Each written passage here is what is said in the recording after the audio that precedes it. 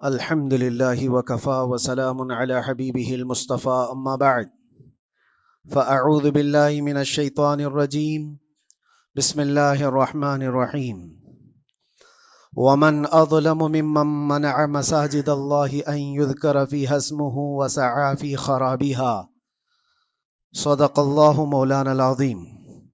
بارگاہ رسالت میں آپ صلی اللہ علیہ وسلم میں درود پاک کا ہدیہ پیش کریں۔ اللہم صلی علی سیدنا و مولانا محمد معدن الجود والکرم وآلہ واصحابہ الکرام وابنہ الکریم وبارک وسلم صلاة دائمتا سرمدا ابدا۔ اللہ عز و جل قرآن عظیم میں ارشاد فرماتا ہے، اس سے بڑا ظالم کون جو اللہ کی مسجدوں میں اللہ کا ذکر کرنے سے روکتا ہے، وہ سب سے بڑا ظالم ہے۔ ومن اظلم ممن منع مساجد اللہ، اللہ کی مسجدیں، اللہ کا گھر اس کے ذکر پاک کے لیے ہوتی ہیں، اس کی عبادت کے لیے ہوتی ہیں، اور جو اللہ تبارک و تعالیٰ کے ذکر سے اور اس کی عبادت سے روکے، اللہ قرآن میں فرماتا ہے وہ سب سے بڑا ظالم ہے۔ میرے عزیزو، تاریخ اگر دیکھتے ہیں ہم تو ہر زمانے میں معرکہ حق و باطل ہوتا رہا ہے۔ باطل طاقتیں ہمیشہ یہ چاہتی ہیں کہ اللہ کے ذکر کو روکیں، کیونکہ طاغوت شیطان جس کا ذکر قرآن میں ہے وہ ہمیشہ سے یہ چاہتا رہا ہے کہ اللہ کا ذکر کرنے والوں کو روک دیا جائے، کیونکہ اس نے اللہ تبارک و تعالیٰ سے یہ وعدہ کیا، چیلنج کیا تھا، لَأَقْعُدَنَّ لَهُمْ صِرَاطَكَ الْمُسْتَقِيمِ، اے رب میں تیرے سیدھے راستے پر بیٹھ جاؤں گا، ثُمَّ لَآتِيَنَّهُمْ مِنْ بَيْنِ أَيْدِيهِمْ وَمِنْ خَلْفِهِمْ وَعَنْ أَيْمَانِهِمْ وَشِمَائِلِهِمْ، اور میں اس سیدھے راستے پر جو بھی گزرے گا اس کو کبھی سامنے سے آ کر بہکاؤں گا، کبھی پیچھے سے آ کر بہکاؤں گا، کبھی دائیں سے کبھی بائیں سے۔ اور اللہ تبارک و تعالیٰ سے شیطان مردود یہ کہتا ہے، وَلَا تَجِدُ أَكْثَرَهُمْ شَاكِرِينَ، تو تیرے بندوں میں شکر گزار بندے نہیں پائے گا۔ مطلب یہ ہے کہ ابلیس لعین مسلسل یہ کوشش میں ہے کہ اللہ تبارک و تعالیٰ کے بندوں کو اس کے ذکر سے دور کرے، اس کے شکر سے دور کرے۔ آج بھی وہ کیفیت ہم دیکھتے ہیں کہ سب سے زیادہ اللہ کے ذکر سے روکنے کے لیے جو شیطانی طاقتیں کوشش کر رہی ہیں، مگر میرے عزیزو یہ تمہارا امتحان ہے، تمہارا امتحان ایسا کہ کبھی یہ مت سمجھنا کہ تم خالی ہو، کیونکہ قرآن پاک اللہ تبارک و تعالیٰ 21ویں پارے میں فرماتا ہے، احسب الناس ان یترکوا ان یقولوا آمنا وہم لا یفتنون، کیا لوگ یہ گمان کر کے بیٹھے ہیں کہ وہ ایمان لے آئے تو ہم ان کو آزمائیں گے نہیں، یا ان کو چھوڑ دیا جائے گا؟ جو ایمان لایا ہوا بندہ ہے وہ آزمایا جائے گا۔ ایمان اگر تمہارے پاس ہے تو تمہیں امتحان سے بھی گزرنا ہی ہوگا۔ یہ ایمان کسی حلوہ پراٹھے کا نام نہیں ہے، کھا کر کے مست نیند سو جائے، پھر اسے اس دار فانی میں، اس دنیا میں امتحانات سے گزار کر کے اپنے ایمان کی کسوٹی کو دکھانا ہوگا۔ اسی لیے قرآن یہ بھی کہتا ہے کہ تمہیں کیسے کیسے آزمایا جائے گا، وَلَنَبْلُوَنَّكُمْ بِشَيْءٍ مِّنَ الْخَوْفِ وَالْجُوعِ وَنَقْصٍ مِّنَ الْأَمْوَالِ وَالْأَنفُسِ وَالثَّمَرَاتِ، ہم تمہیں آزمائیں گے کبھی بھوک سے، کھانے کی قلت سے، اور کبھی خوف سے، ڈر آئے گا تمہارے پاس، اور پھر اللہ تعالیٰ فرماتا ہے کبھی مال و دولت کی کمی سے، وَنَقْصٍ مِّنَ الْأَمْوَالِ وَالْأَنفُسِ، کبھی لوگوں کی جان چلی گئی ہو، کثرت سے تمہارے عزیز مر گئے، یہ بھی آزمائش ہے، اور پھلوں کی کمی۔ اللہ تعالیٰ فرماتا ہے یہ 5 چیزیں ہیں جو تمہاری زندگی میں آئیں گی اور تمہیں آزمایا جائے گا، اور ان کمیوں کے وقت تمہارا ایمان دیکھا جائے گا، تم کیا کہتے ہو۔ اور اللہ تعالیٰ فرماتا ہے جب کبھی تمہیں بھوک سے آزمایا جائے، خوف سے، ڈر سے آزمایا جائے، اور مال کی کمی سے آزمایا جائے، امتحان لیا جائے، تو اس وقت جو بندہ یہ کہتا ہے، اللہ فرماتا ہے انا للہ و انا الیہ راجعون۔ اللہ تعالیٰ فرماتا ہے ان لوگوں کو یہ بشارت ہے، ان صبر کرنے والوں کو یہ بشارت ہے کہ جب ان پر مصیبت آتی ہے تو یہ کہتے ہیں ہم اللہ ہی کے ہیں اور اللہ ہی کی طرف لوٹنے والے ہیں۔ یہ مصیبت کے وقت یہ جو 5 چیزوں سے آزمایا گیا ہے، ان آزمائش کے دور پر جو بندہ اللہ تبارک و تعالیٰ کی اس عطا پر راضی رہتا ہے وہ صبر کے ساتھ نکل گیا ہے۔ آج کے دور میں بھی میرے عزیزو بے شمار جانیں ہماری درمیان سے جا رہی ہیں۔ آپ کو اندازہ ہے موت اتنی عام ہو گئی ہے، اتنی عام ہو گئی ہے کہ اب لوگوں کو موت پر کوئی افسوس بھی نہیں ہوتا۔ ہر دن خبریں موت کی سرخیاں چھاپتی ہیں، 100-200 کی موت کوئی معنی نہیں رکھتی۔ آج فلسطین کے نہتے بچوں میں تقریباً 45,000 لوگ سال بھر میں مر گئے۔ 45,000 کوئی تعداد ہوتی ہے کہ نہیں ہوتی؟ اتنی بڑی جانوں کا جو نقصان ہے یہ آزمائش ہے، اور یہ جانوں کے ذریعے سے آزمائش تھی۔ مال کی کمی کی آزمائش تو ایسی ہے، ملک شام، یمن، بہت سارے ایسے ٹوٹے پھوٹے علاقے، عراق، جہاں پر لوگ کھانا اور دوائیوں سے جوجھ رہے ہیں اس طرح سے کہ وہ گھاس کھانے پر مجبور ہیں۔ بہت سارے ایسے علاقے جہاں پر چھوٹے بچے پھینکے ہوئے کچرے میں سے دانے چن کر کے کھا لیا کرتے ہیں، وہ اپنے پیٹ کی اس آگ کو بجھانے کے لیے دانے دانے کے لیے ترس رہے ہیں۔ یہ بھوک کی آزمائش ہے، مال کی کمی کی آزمائش ہے، جانوں کی آزمائش ہے۔ عزیزان گرامی وقار، اور پھر خوف کے ذریعے سے جو آزمائش ہے وہ ہم دیکھ رہے ہیں آج۔ خوف ظالموں کے ذریعے سے تم پر مسلط کیا جائے گا۔ ہر آدمی ڈرا سہما ہوا، ہر آدمی اپنے اندر ایک ڈر لیے بیٹھا ہے کہ نکلوں گا تو کیا ہو جائے گا۔ ان سب کے درمیان اللہ کی بارگاہ میں سجدہ ریز ہونے کا نام ایمان ہے۔ سب حالات ہوں گے اس طرح سے، اور انہی حالات کے درمیان جو بندہ اپنا سر جھکاتا ہے مولا کریم کی بارگاہ میں وہ ایمان والا ہے۔ آؤ اگر ایمان کی کمال کی مثال دیکھنا ہے تو کربلا کے میدان میں کون کون سی آزمائشیں تھیں۔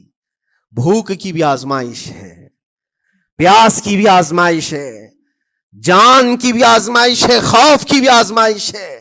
سب چیزیں ایک ساتھ کربلا کے میدان میں آئی۔ رسول اللہ کے گھرانے پر، اہل بیت پر وہ کیسا عظیم امتحان تھا جب وہ 72 لوگوں کا 82 لوگوں کا قافلہ بھوک اور پیاس سے جوجھ رہا ہو، 3 دن سے ان کے اوپر کھانا اور پانی بند ہو، اور ان شہزادوں کے ایمان میں ذرا برابر بھی فرق نہیں آتا، نہ ان کے ایمان میں، نہ حوصلے میں، نہ ہمت میں فرق آتا ہے۔ 3 دن کے بھوکے اور پیاسے باطل سے نپٹنے کے لیے کس طرح سے کمر بستہ ہے، یہاں تک کہ بھوک کی شدت ایسی تھی کلیجہ منہ کو آئے، 6 ماہ کا بچہ بھی روتے روتے زبان جس کی سوکھ گئی ہو، وہ ماں جو بچے کو دودھ پلاتی ہے اس کے سینے سوکھ چکے ہوں، دودھ ختم ہو چکا ہو ماں کے پستانوں میں، کیسی قلت ہوگی۔ پانی کا ایک قطرہ ان کے گھر تک نہیں پہنچ پاتا، ماں اپنے بچے کو دودھ نہیں پلا سکتی تھی۔ اس سے زیادہ کیا آزمائش تھی؟ یہ بھوک اور پیاس کی آزمائش۔ پھر جانوں کی آزمائش تو ایسی، اللہ اکبر، 56 سال کی عمر کا وہ شہزادہ عالی وقار، سیدہ کائنات فاطمۃ الزہرا کا نور نظر، امام عالی مقام سید الشہداء امام حسین رضی اللہ تعالیٰ عنہ، جب میدان کربلا میں لاشوں کو اٹھاتے تھے، کتنی لاشیں اٹھائی، کبھی بیٹے کی، کبھی بھتیجے کی، کبھی بھانجے کی، کبھی بھائیوں کی، کبھی عزیزوں کی۔ میاں ہم اپنے گھر سے نکلنے والے ایک جنازے کو اٹھاتے ہیں تو 8 دن تک ہمارے اندر سے ہوش نکل جائے۔ کوئی اپنے بچے کو اپنے ہاتھوں سے دفن کر کے دیکھے پھر کیفیت پتہ چلتی ہے۔ امام حسین نے ایک نہیں اپنے لاڈلوں کی لاشیں اس طرح سمیٹی ہیں۔ ان کے جوان بیٹے علی اکبر کو جب شہید کر کے گھوڑے دوڑائے گئے تھے جسم کے اوپر سے، ٹکڑے الگ ہو چکے تھے، اس کو سمیٹتے ہوئے کون بیٹھا ہے؟ رسول اللہ کا نواسا۔ اور 6 ماہ کے بچے کو ہاتھ کے اندر ظالموں نے تیر سے ایسا مارا تھا کہ حلقوم پہ چلا گیا ہو، اور 6 ماہ کے علی اصغر کا خون جب امام حسین کے چہرے پر اچھل جاتا ہو، کسی باپ کے ہاتھ میں بیٹا وفات کر جائے اور پھر وہ لے کر کے خیمے میں آئے اور ادھر سے بلکتی ہوئی ماؤں کو اور بہنوں کو بھی دیکھے، ان میں بھی صبر کی تلقین دے. کبھی کبھار میں سوچتا ہوں اللہ یہ کیسے امتحانات سے گزرا تھا فاطمہ کا لال، کیسے امتحانات سے. بھوک اور پیاس کی شدت الگ، یہ جانوں کی شدت، جانوں کے جانے کا غم الگ، عزیزوں کی لاشوں کو اٹھانے کا بوجھ الگ، پھر اس پر 22,000 کا لشکر جرار سامنے، اس کا خوف لوگوں کے اوپر ڈالا جا رہا ہے. عزیزان گرامی وقار، یہ سب چیزیں کیا امام حسین کے قدموں کو ڈگمگا گئی؟ کیا ان کے خاندان والوں کو بکنے پر مجبور کر دی؟ کیا انہوں نے سمجھوتے کر کے اپنا سب کچھ بیچ ڈالا؟ ایک خیمے کا بچہ بھی، خیمے کا ایک بچہ بھی امام حسین کا نکل کر کے آیا ہو تو مجھے تاریخ بتا دو. بلکہ تاریخ تو آج یہ کہتی ہے سر داد نہ داد دست در دست یزید حقا کے بنا لا الہ است حسین. سر دے دیا مگر ہاتھ یزید کے ہاتھ میں نہیں دیا. حق تو یہ ہے کہ لا الہ کی جڑ کا نام حسین ہے. آج وہ امتحان قیامت تک کی تمہارے ساتھ ہوتا رہے گا، قیامت تک تمہارے ساتھ یہ آزمائش ہوتی رہے گی، کبھی بھوک سے، کبھی ڈر سے، کبھی جانوں کے نقصان سے. لیکن پھر تمہیں دیکھا جائے گا تم بکتے کتنے ہو، نکلتے کتنے ہو، ہواؤں کے پجاری کتنے ہیں، خواہشات نفس کو ماننے والے کتنے ہیں، اپنے کمفرٹ زون میں جینے کے لیے ایمان کا سودا کرنے والے لوگ کتنے ہیں. یہ آزمائش ہوتی رہے گی میرے عزیزو. ایمان اس کا نام نہیں ہے کہ تم گھر میں آرام سے بیٹھے رہو گے اور کوئی امتحان نہیں ہوگا. امتحان تو ہوگا، آزمائش تو ہوگی. آج جو بھی حالات ہیں اس پر میں یہی کہوں گا، ایک بات ہو سکتا ہے کروڑوں مسلمانوں کے دلوں میں آج یہ نروس پن آئے، اتنے برے حالات ہوتے ہیں، اللہ ہمارے ساتھ ہے یا نہیں؟ اللہ ہمارے ساتھ ہے یا نہیں؟ ایمان ہمارا صحیح ہے یا نہیں؟ اسلام صحیح ہے یا نہیں؟ یہ شک بھی شیطان تمہارے دل میں ڈالتا ہے. کبھی تمہارے اوپر مصیبتوں کے پہاڑ ٹوٹ جائیں تو شک ڈالتا ہے شیطان تاکہ تمہارا ایمان ڈگمگا جائے.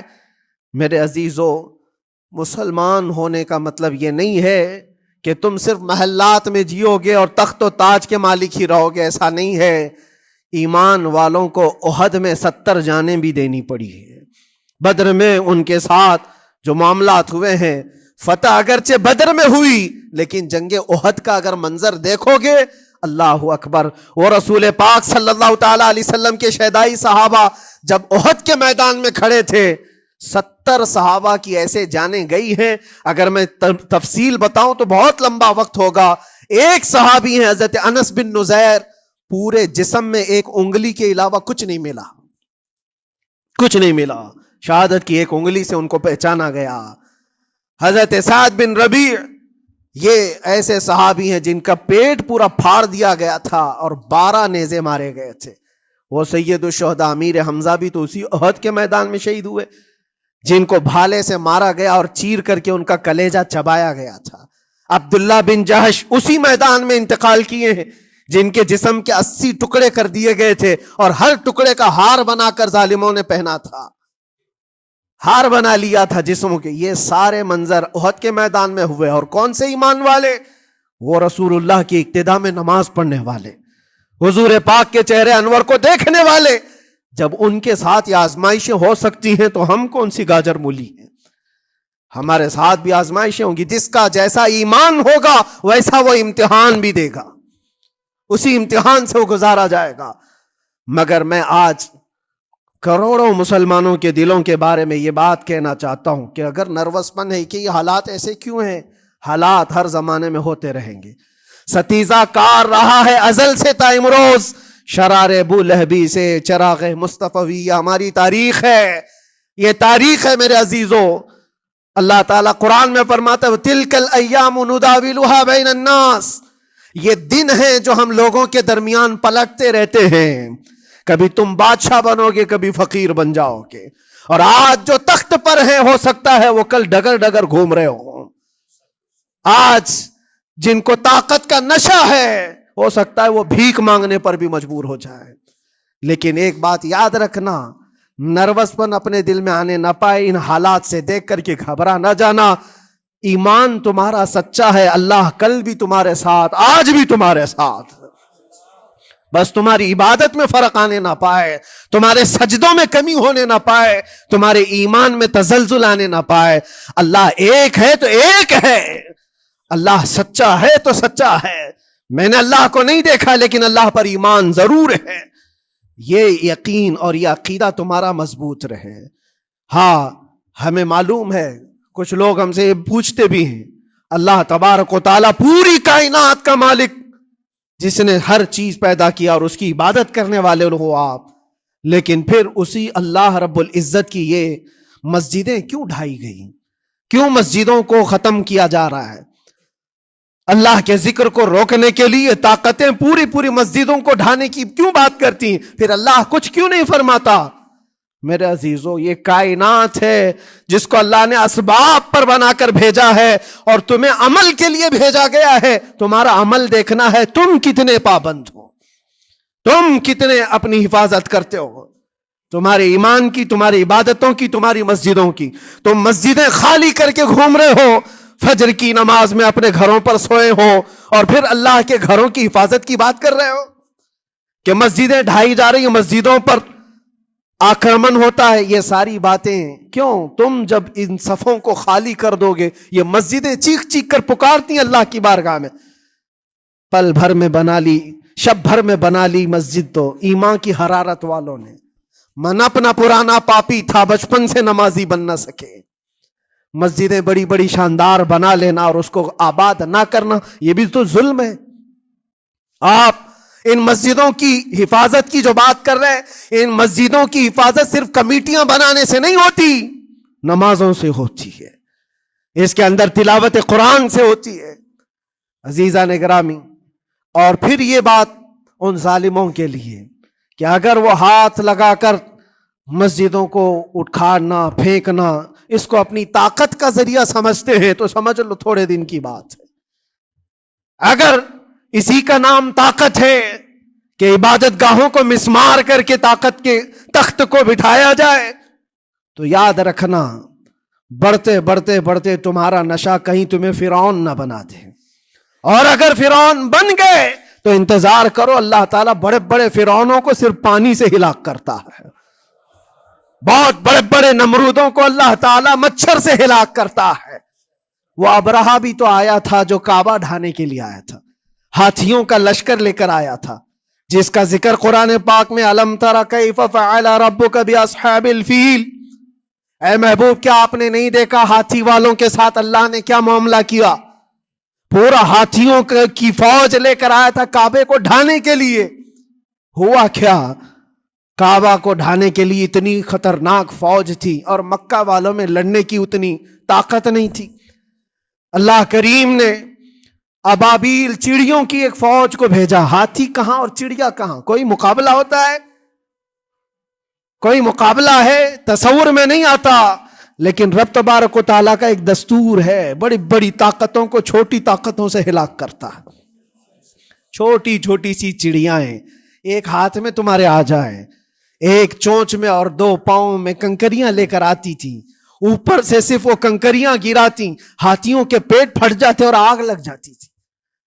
اللہ تبارک و تعالیٰ کی طاقت کا یہ مشاہدہ، قوت کا ایک ہلکا سا اظہار جو مکہ کی ان وادیوں میں ہوا منا، اور اللہ تعالیٰ فرماتا ہے فَجَعَلَهُمْ كَعَصْفٍ مَأْكُولٍ. اللہ نے ان کو ایسا کر دیا جیسے کھائی ہوئی مرغی ہوتی ہے، نوچ نوچ کر کے کھا کر چھوڑی ہوئی مرغی ہو. پوری فوج کی حالت ایسی ہو گئی تھی.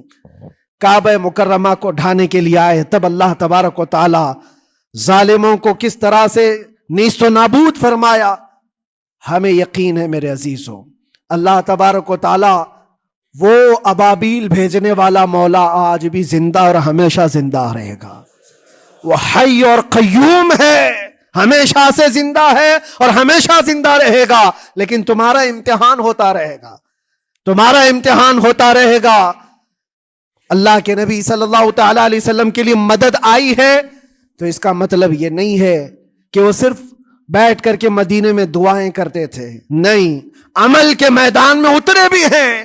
صحابہ نے بھوک اور پیاس برداشت کی ہے، کتنے کتنے دنوں تک وہ ایک کھجور پر پورا دن گزارتے تھے، پیوند لگے کپڑے۔ حضرت ابو ہریرہ فرماتے ہیں ہم تو ایک جنگ سے ایسے واپس آئے تھے کہ ہمارے پاؤں کے پورے ناخن اکھڑ گئے تھے، پاؤں کے ناخن اکھڑ گئے۔ خندق کے میدان میں خود نبی پاک صلی اللہ علیہ وسلم اپنے ہاتھوں سے خندق کھودتے رہے، اور پیٹ پر پتھر باندھنا، یہ سب مشقتیں، سٹرگل کیا ہے۔